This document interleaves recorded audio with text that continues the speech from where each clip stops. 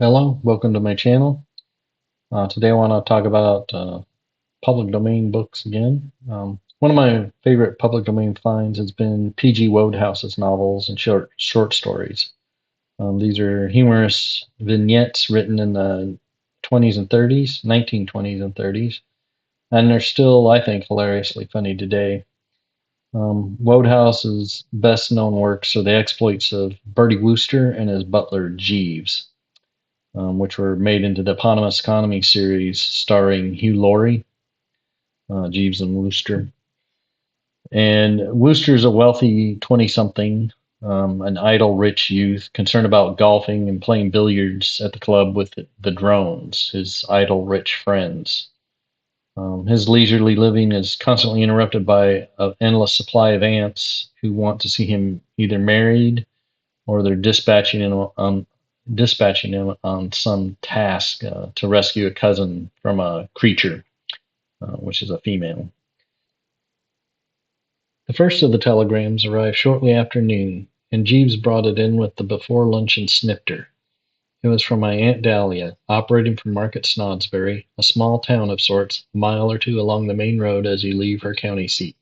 It ran as follows: "Come at once, Travers." And when I say it puzzled me like the dickens, I am understating it, if anything. As mysterious a communication I considered as was ever flashed over the wires. I studied it in a profound reverie for the best part of 2 dry martinis and a dividend. I read it backwards. I read it forwards.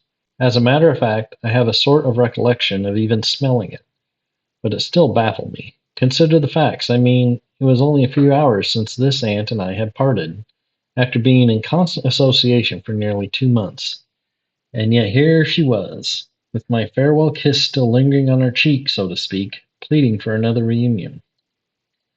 Bertram Wooster is not accustomed to this gluttonous appetite for his society. Ask anyone who knows me, and they will tell you that after 2 months of my company, what the normal person feels is that will about do for the present. Indeed, I have known people who couldn't stick it out for more than a few days. Before sitting down to the well-cooked, therefore, I sent this reply. Perplexed. Explain. Bertie. To this I received an answer during the after-luncheon sleep. What on earth is there to be perplexed about? Come at once, Travers. 3 cigarettes and a couple of turns about the room, and I have my response ready.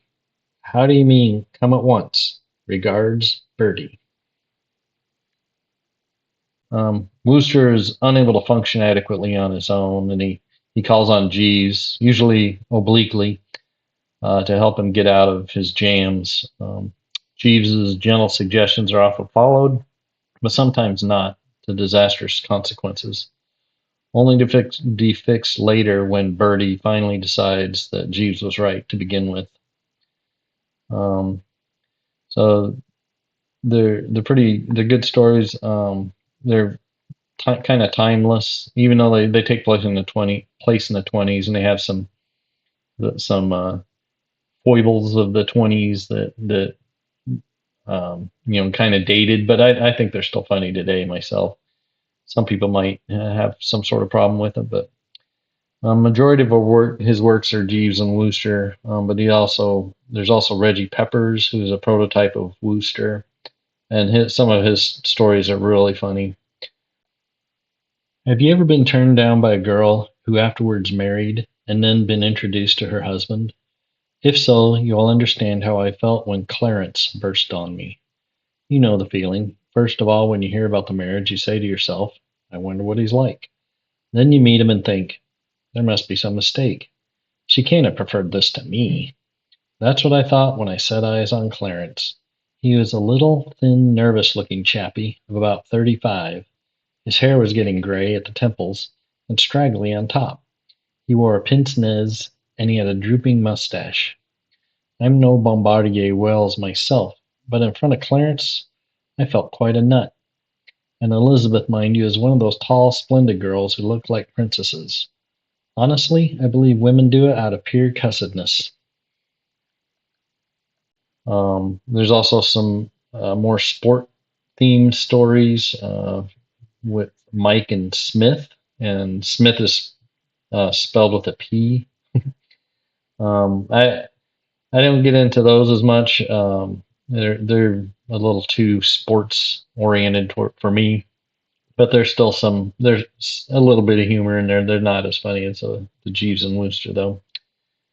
Um, and then there's some of my some other short stories thrown into it. One of them is my favorite is the Mixer, which is from the point of view of a dog, and those stories are that one's really funny to me. I really enjoyed that one, and I recommend it whenever I can. The shy man came into our yard one afternoon in April while I was sleeping with Mother in the sun on an old sweater which we had borrowed from Fred, one of the barmen. I heard Mother growl, but I didn't take any notice. Mother is what they call a good watchdog, and she growls at everybody except Master. At first, when she used to do it, I would get up and bark my head off, but not now. Life's too short to bark at everybody who comes into our yard. It is behind the public house, and they keep empty bottles and things like that there. So people are always coming and going. Besides, I was tired.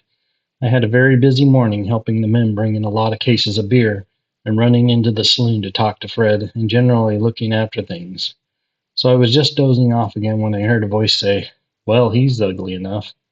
Then I knew that they were talking about me. I have never disguised it from myself, and nobody has ever disguised it from me that I'm not a handsome dog. Even Mother never thought me beautiful.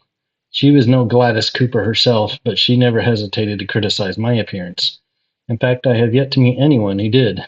The first thing strangers say about me is, "What an ugly dog." I don't know what I am. I have a bulldog kind of face, but the rest of me is terrier. I have a long tail with which sticks straight up in the air. My hair is wiry, my eyes are brown. I am jet black with a white chest. I once overheard Fred say that I was a Gorgonzola cheesehound, and I have generally found Fred reliable in such statements. So, if you're looking for something lighthearted and it's kind of, in my case, are kind of laugh out loud funny, um, check out PG Wodehouse in the public domain, and I don't think you'll be disappointed. That's all I got. We'll talk to you next time. Thanks.